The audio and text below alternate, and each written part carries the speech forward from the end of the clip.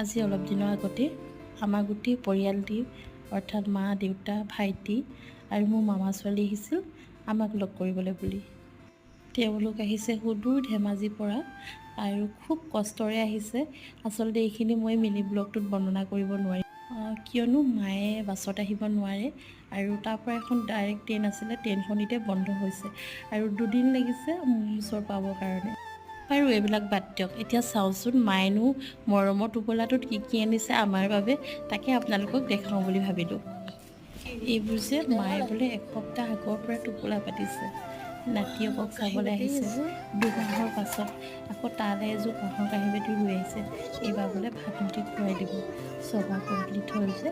তাৰপৰা ইয়াত চাওকচোন, মোৰ ইয়াত যেন মিঠাতেলৰ বটল নাপামেই, ৰঙালাও নাপামে, তথাপিও মাক দেউতাকৰ মৰম একদম তাৰ পৰা লৈ আহিছে ভোট জলকীয়া আৰু লাষ্টত থকা বস্তুকেইটা আপোনালোকে কমেণ্ট কৰকচোন পটাপট।